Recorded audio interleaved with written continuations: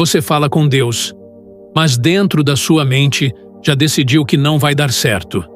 E enquanto a sua boca pede milagre, os seus pensamentos alimentam fracasso. Esse é o conflito que trava a fé de muita gente. Tem gente que ora como filho, mas pensa como derrotado. Pede resposta, mas imagina perda.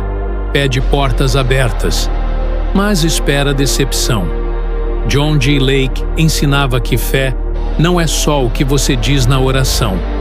Fé também é o que você sustenta quando ninguém está vendo. Porque não basta pedir certo no secreto e depois concordar com o fracasso em silêncio. Se a sua boca fala com Deus, a sua mente precisa parar de assinar a derrota. Pare de concordar com o fracasso. Concorde com a promessa.